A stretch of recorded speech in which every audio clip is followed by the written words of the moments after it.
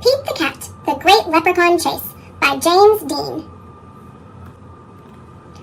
Tomorrow is St. Patrick's Day, and Pete's teacher, Mr. G, is teaching about leprechauns. The only time you can catch one is on St. Patrick's Day. A leprechaun will bring you good luck, Mr. G says. Now, everyone in the class wants a leprechaun. Pete gets a great idea. He will open a leprechaun catching business. St. Patrick's Day comes, and Pete gathers some supplies. He hangs a sign above his stand. This will be easy, Pete thinks. Squirrel is Pete's first customer. I want a leprechaun, Squirrel says. I need good luck for my test. Cool, I'm on it, says Pete. Pete has a plan. He will follow a rainbow until he finds a leprechaun. Finally, Pete arrives at the end of the rainbow and finds Clover the leprechaun next to a pot of gold. Pete sneaks up behind Clover. Swoosh! But Clover is too fast. Did you think you'd be catching me so easily? He asks. Once there was a cat named Pete who thought nabbing some luck would be neat. Then he happened upon a smart leprechaun who he'll find quite tricky to beat. Clover disappears in a puff of green smoke. Pete will need a new plan. That afternoon, Gus visits Pete's Lucky Leprechaun catchers. I want a leprechaun, Gus says. I need good luck for my band recital. Pete says, I'll see what I can do. Pete plans to lure Clover out with his music. He plays a jaunty song on his guitar. Before long, Clover dances over to Pete. Just a little closer, Pete thinks. Suddenly, Clover starts spinning around Pete. Round and round, Clover goes faster and faster. Oh no! Clover wraps up Pete with a rope. Pete has finally met his match, a crafty leprechaun he just can't catch. He'll never win, he better give in, or find something else to snatch. That evening, Callie visits Pete's Lucky Leprechaun catchers. I want a leprechaun, Callie says. I need good luck for my tennis match. Says Pete. St. Patrick's Day is almost over. There isn't much time left to catch a leprechaun. But Pete won't give up yet. Pete sets a trap for Clover. Before long, Clover tiptoes up to the trap and sniffs the air. I love candy, he whispers, peering under the box. Pete waits very quietly. Crash! Pete rushes over and checks underneath the trap, but it is empty. Clover skips away.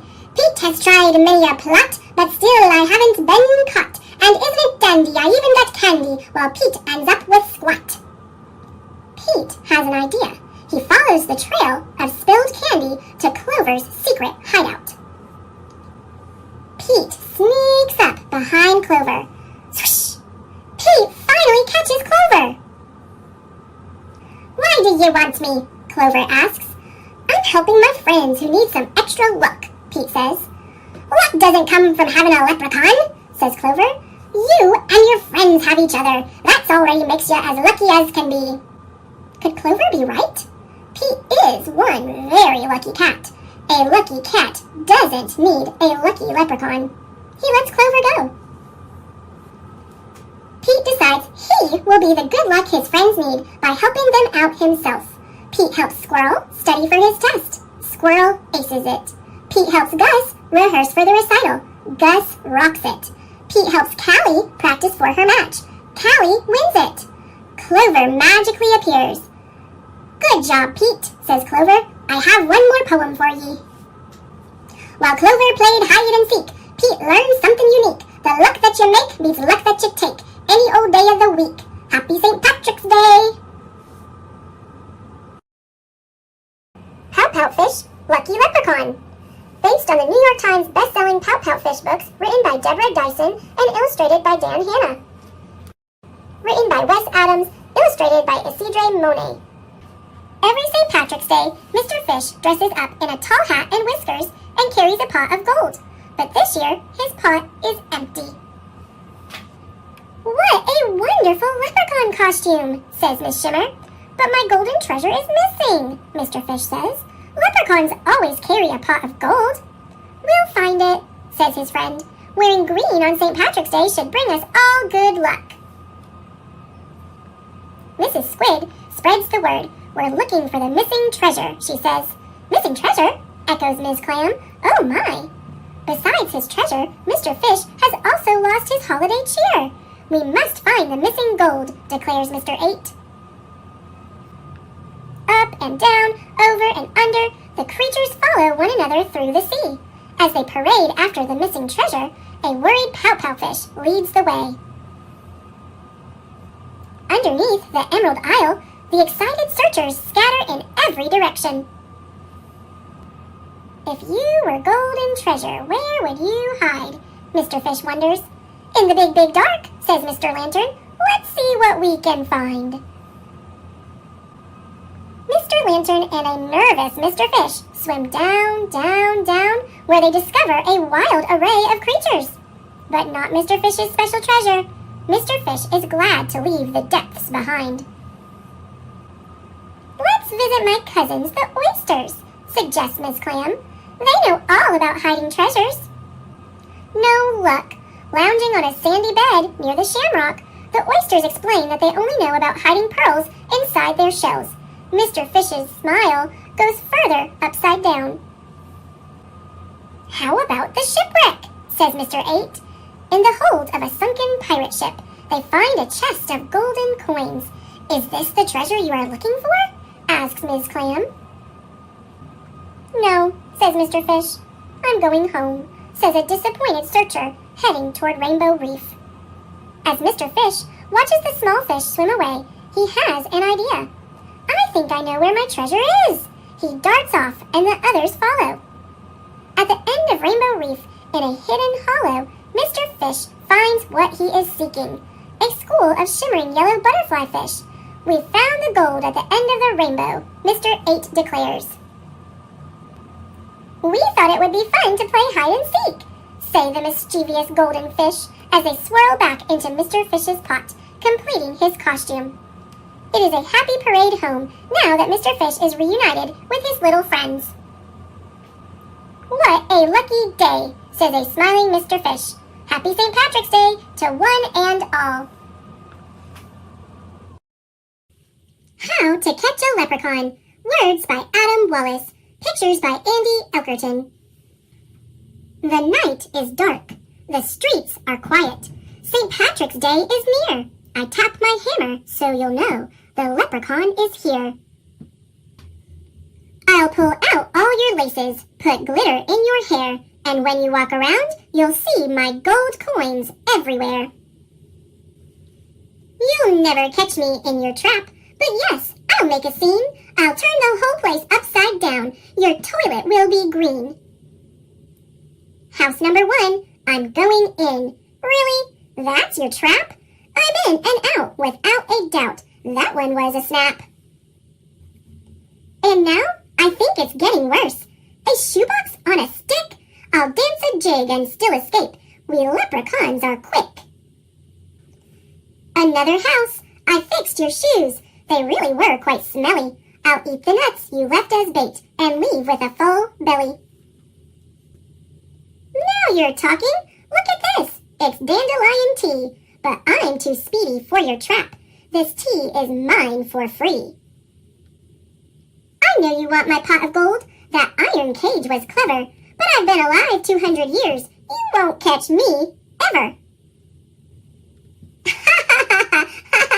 Now you're getting fancy. But I'll escape with twinkle toes. It's a fancy-pantsy dancy. It seems to me an engineer has helped with this design. Too bad this little leprechaun is going to be just fine. Your entire house is one big trap. From the ceiling to the floor. Nice try indeed. But soon enough, I'll stroll right out the door. The Leprechaun Be Gone 3000 gave me quite a scare. But without a 4-leaf clover, I won't be caught in there. You'll never catch this leprechaun. Impossible. That's a fact. Unless, one day, a brilliant child designs the perfect trap. But who will that child be? Better luck next year. Lucky Tucker by Leslie McGurk. When Tucker woke up on St. Patrick's Day, he got off on the wrong paw. First, he had to go for a walk in the rain before breakfast. Then his favorite squeaky toy got stuck under the couch. Just when he thought it couldn't get any worse, a black cat hissed at him. Yes, my luck needs to change, thought Tucker. What if I roll in this bed of clovers? Maybe their luck will rub off on me. Little did he know that he was being watched by a leprechaun. You just rolled in me bed of 4-leaf clovers, the leprechaun said. Now you'll be the luckiest dog around. And off he ran. Tucker chased after the leprechaun, but he got sidetracked when he saw a boy licking an ice cream cone. The top scoop was about to fall off. Tucker made the catch. Wow, what a lucky dog, the boy said. By now, the leprechaun had disappeared, so Tucker decided to go to the dog park. Today was his lucky day. He got to play and wrestle with all his best friends. On his way home, Tucker passed by the bakery that sold homemade dog biscuits. Aren't you a lucky dog, Tucker? Said the baker. I've got a peanut butter shamrock, a chicken-flavored pot of gold, and a cheese-flavored horseshoe just for you. When Tucker arrived home, the mailman was delivering a big box. You are the luckiest dog I know, the mailman said, because this box is for you. Tucker tore open the box and jumped inside. His owner said, Lucky Tucker, you were supposed to have a bath tonight, but let's play with your new toys instead. Finally, it was time for Tucker to go to bed. It was his luckiest day ever. He was already dreaming about next St. Patrick's Day. St. Patrick's Day by Gail Gibbons. St. Patrick's Day is celebrated each year on March 17th. This holiday is celebrated by the Irish and other people in many parts of the world. They honor St. Patrick, the patron saint of Ireland. St. Patrick lived many years ago. He was born in Britain around the year 380 and raised in a Christian family. His parents didn't name him Patrick. Some people believe his name was Maywin. While still a boy, he was kidnapped and brought to Ireland, where he was made a slave. His captors forced him to herd sheep. He prayed that God would help him. 6 years later, he escaped. After finally arriving back in Britain, he lived quietly, thought, and prayed. He realized what he wanted to do. He had dreams of returning to Ireland to teach the people about God.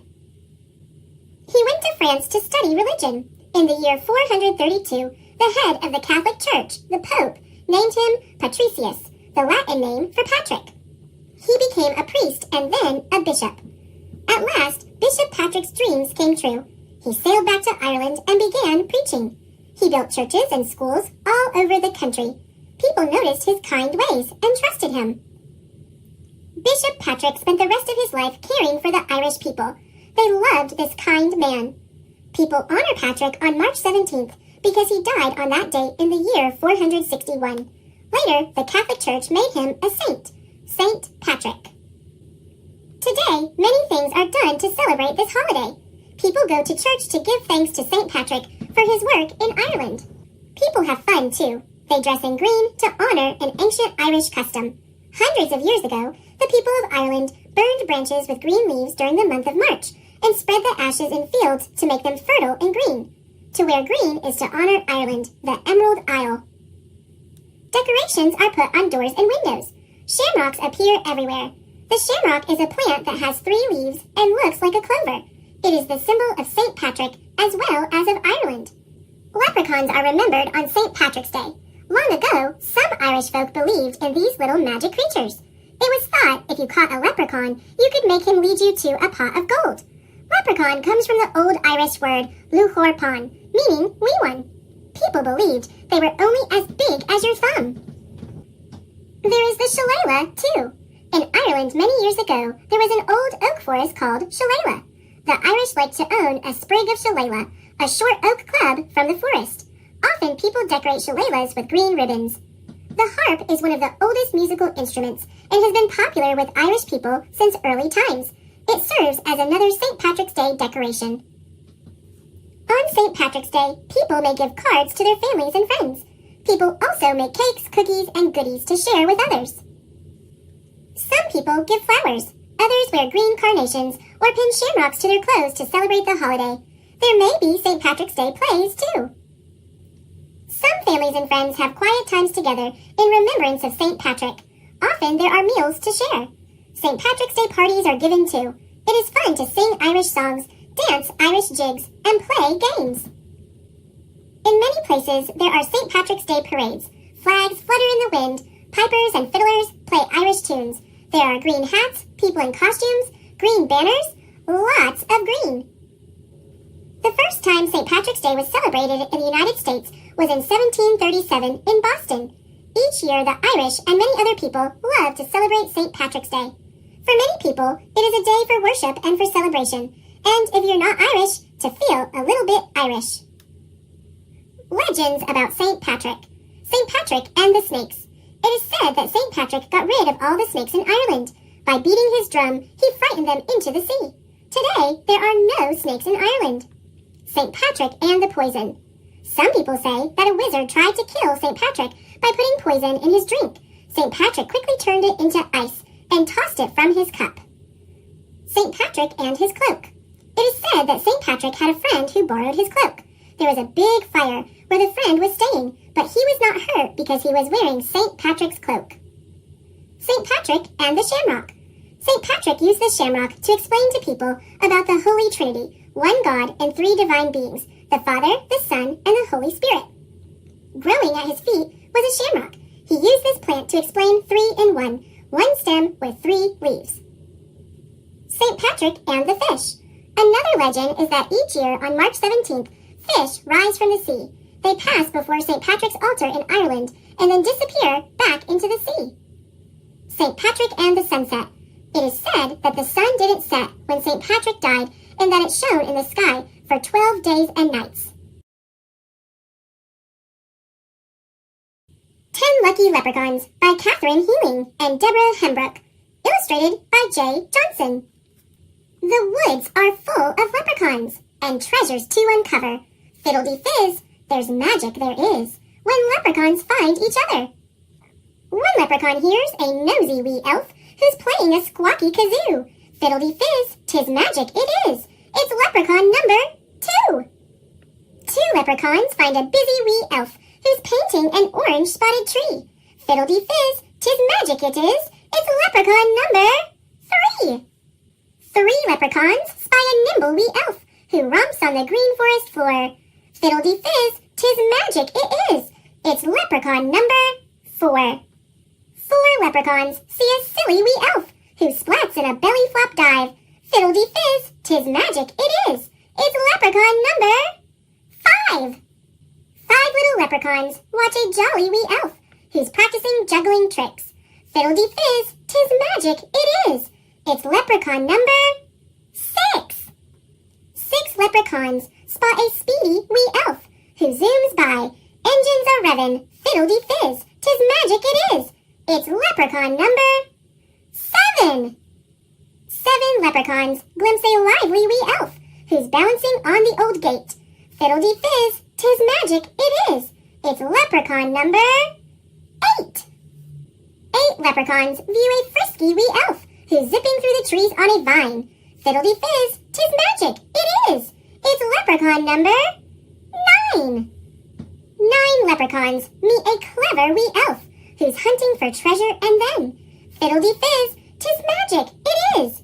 It's leprechaun number 10. 10 leprechauns find a big pot of gold at the place where the bright rainbow ends.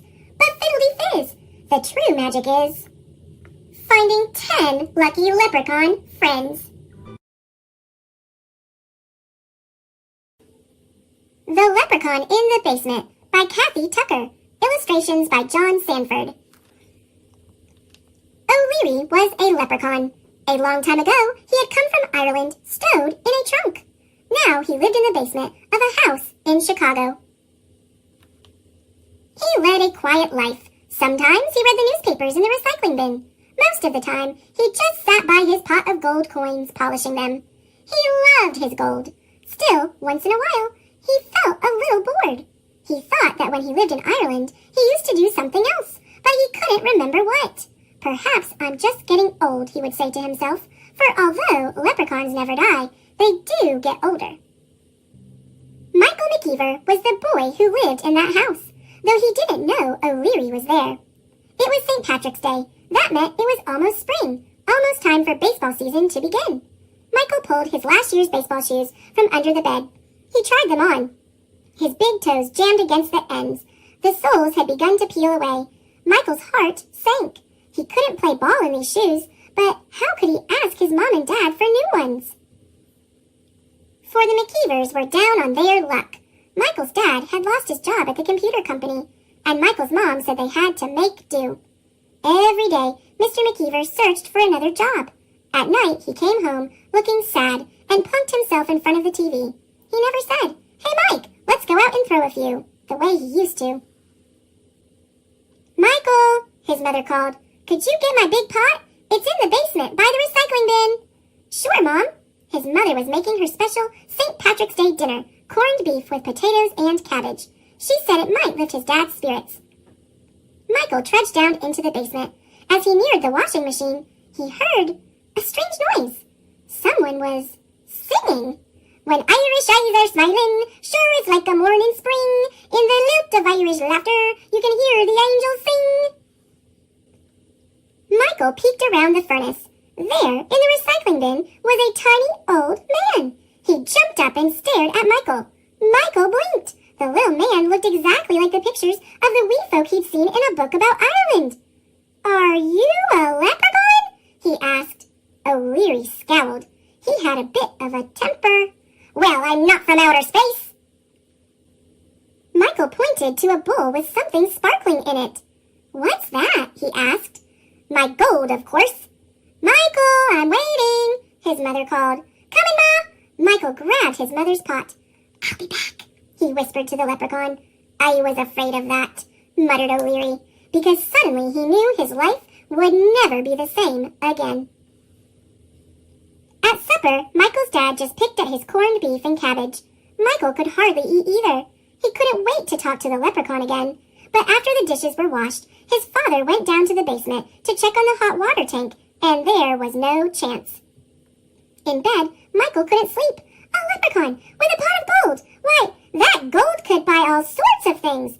The hot water tank wasn't working right, his mom's bike was broken, and he needed baseball shoes. He had to have new baseball shoes. A leprechaun in the basement? Maybe their luck was going to change. O'Leary was awake too. He had always liked to sing an Irish song on St. Patrick's Day, but he could see that he had been very foolish. Now a human being knew where he was. Now there would be trouble, for humans wanted just one thing from leprechauns.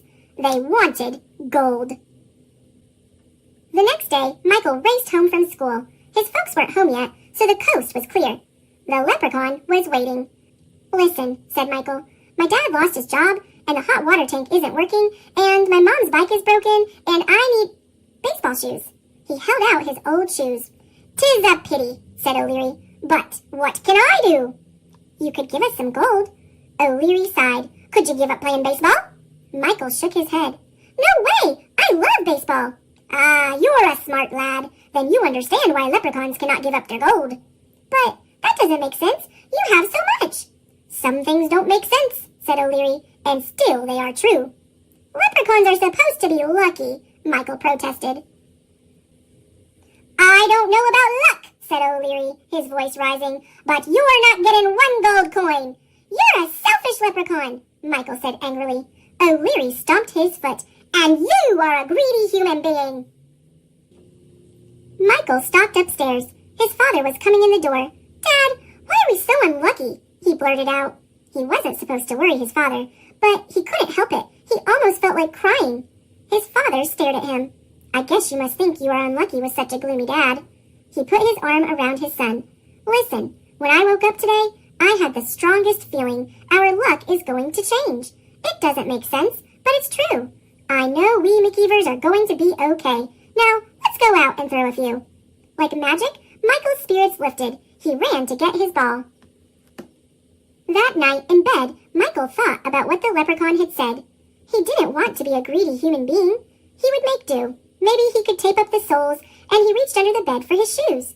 Then he remembered he had left them in the basement. In the basement, O'Leary paced back and forth. Was he a selfish leprechaun? He stared at the baseball shoes. The stitching was poorly done. The soles were made of the cheapest leather. He looked for the shoemaker's name, but there was only a tag too worn to read. Sure and begorra, I could have made a better shoe myself, he thought. Why, I was the best cobbler in County Cork. And that was how O'Leary remembered what he used to do in Ireland. The next morning, when Michael McKeever stretched in bed, he felt something heavy on his legs. He sat up. There, on the blanket, was the most beautiful pair of baseball shoes he had ever seen. They were green, with excellent thick soles and good gripping spikes. On the toes were tiny gold shamrocks. And of course, they were very lucky. The Leprechaun Under the Bed by Teresa Bateman, illustrated by Paul Measle. Brian O'Shea enjoyed his privacy. A leprechaun can be alone without being lonely, he liked to say. Indeed, he would know, for he made a snug home beneath the ground in an out-of-the-way spot. But time went on. Big, tall human people moved nearer and nearer, until one day a man named Sean McDonald started building a stone cottage right overhead. Brian tried leprechaun magic to stop Sean. He made Sean see headless ghosts and even a banshee rising from the foundation stones of his new cottage. But his plan backfired. It's just like my sainted mother always told me, Sean declared in delight. The land of Ireland is full of magic and surprises. All too soon, a fine cottage stood over Brian's home, so he built a door under Sean's bed. On moonlit nights, Brian would cobble outside. When it rained, he worked under Sean's bed, deliberately disturbing the man's sleep.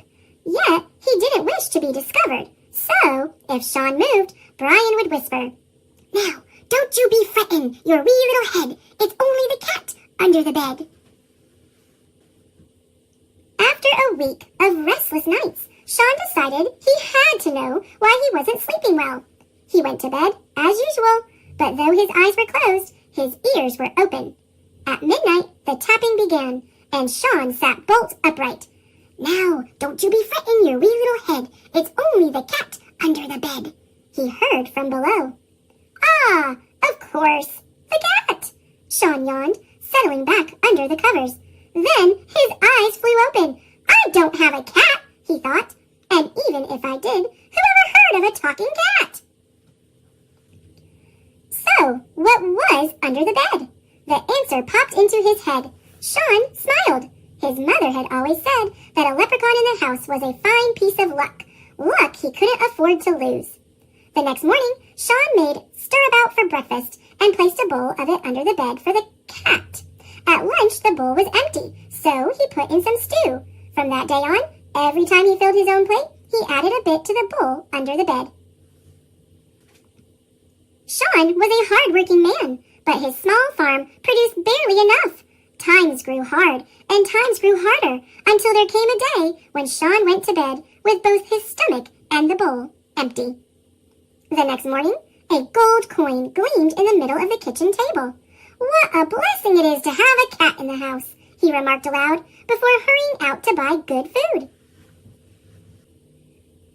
They lived well for weeks on that coin, but soon the cupboard was bare again, and another gold coin appeared. "Consider this a loan," Sean said, "until times are better. Thank you, cat." But when Sean went to buy his oatmeal and potatoes, there was more than one eyebrow raised in the village. A poor man might have saved one gold coin for hard times, but 2? Gossip ran like water through fingers, and as it spread, it grew. Sean McDonald must have a whole chest of gold coins hidden in his cottage. What many tongues say, be it true or not, many ears hear. 2 robbers caught wind of the tale and decided that no one deserved Sean's gossiped gold more than they did. One crisp, dry morning, they hid outside, waiting for Sean to leave. Then they slipped into his cottage, tossed the cupboards, and pried stones out of the fireplace. Such a clatter made Brian poke his head up from under the bed. He was shocked at what he saw, but what happened next was worse. The cottage door swung open as Sean returned for a forgotten tool. In no more time than it takes to tell, the robbers tied the poor man to a chair. "Tell us where you've hidden the gold," they bellowed. Fearing for Sean's safety, Brian banged his hammer against the floor to catch the robbers' attention. "Hey now, what's that?" one of the men asked. Fearing for Brian's safety, Sean spoke quickly. "Now, don't you be fretting your wee little head. It's only the cat under the bed." "Cat?" the man replied. "Well, the bed's the only place we haven't looked." As Sean worried, Brian grinned. Both robbers stuck their heads under the bed, and there they saw exactly what Brian had told them. A cat. But this was a wild cat. Eyes like lightning and claws like knives. The cat smiled at the robbers, then licked its lips as if it found the sight of them tasty. With a shriek, the men tumbled backward, then fled as if the devil himself were at their heels. Brian laughed till tears ran down his cheeks. Sean chuckled as well as he wiggled free of the rope. Then he stretched and bowed in the direction of his pillow. "'Tis a grand thing indeed, having a cat beneath the bed," he declared. "Aye," replied a voice from below, "and it's a pleasure having a friend above it." And they lived well and happily for the rest of their days. The Luckiest St. Patrick's Day Ever by Teddy Slater, illustrated by Ethan Long. Top of the morning! It's March 17. The Leprechaun family is wearing the green. St. Patrick's Parade is about to begin. The wee ones are marching. Come on, let's join in. There goes Bedelia, leading the clan, arm in arm with Granddaddy Dan. She swings her shillelagh. They walk and talk gaily, moving as fast as they can. Timothy Shaughnessy, handsome and bold, marches along with a big pot of gold. And here comes Aunt Rose, tap-tapping her toes. With shamrock in hand, she follows the band, decked out in her very best clothes. Toodle-dee-toot, rum-a-tum-tum, Johnny and Jack play the fife and the drum. They kick up their heels in a wild Irish jig. Everyone's dancing, even the pig. After the march, it's back home for lunch, mulligan stew and green apple punch. Kate cuts the cabbage, Pat shells the peas. The mischievous children do just as they please. Friends and family keep coming to call. There's plenty of food for one and for all. The Caseys, McGregors, O'Grady's, Peg Finn. Everyone's welcome. Please, won't you come in? Lassies and laddies stream through the door until there's no room for one caller more. The leprechauns crowd round the dining room table, piling their plates as high as they're able. But before they dig in, they have one thing to say. May the luck of the Irish be with you today. Happy St. Patrick's Day!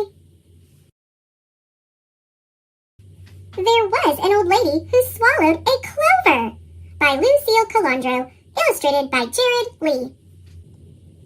There was an old lady who swallowed a daisy. She wasn't lazy when she swallowed the daisy. She swallowed the daisy to brighten the clover. I don't know why she swallowed the clover, but she didn't roll over. There was an old lady who swallowed a butterfly. She did not sigh when she swallowed the butterfly. She swallowed the butterfly to rest on the daisy. She swallowed the daisy to brighten the clover. I don't know why she swallowed the clover, but she didn't roll over. There was an old lady who swallowed a bird. It wasn't absurd when she swallowed that bird.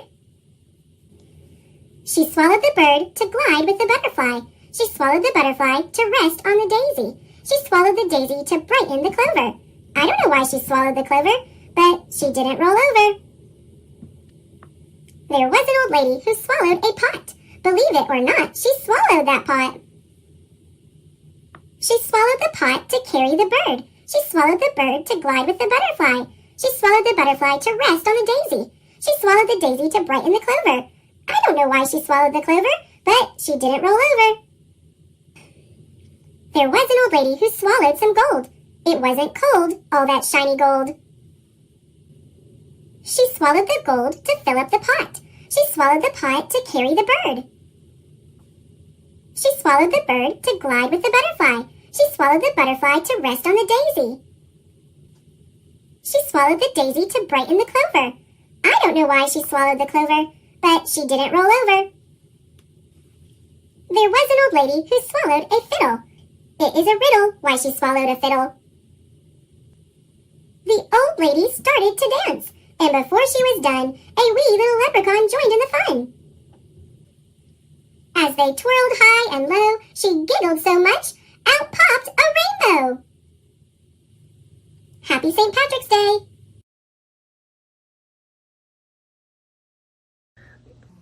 Thanks for watching! Click subscribe!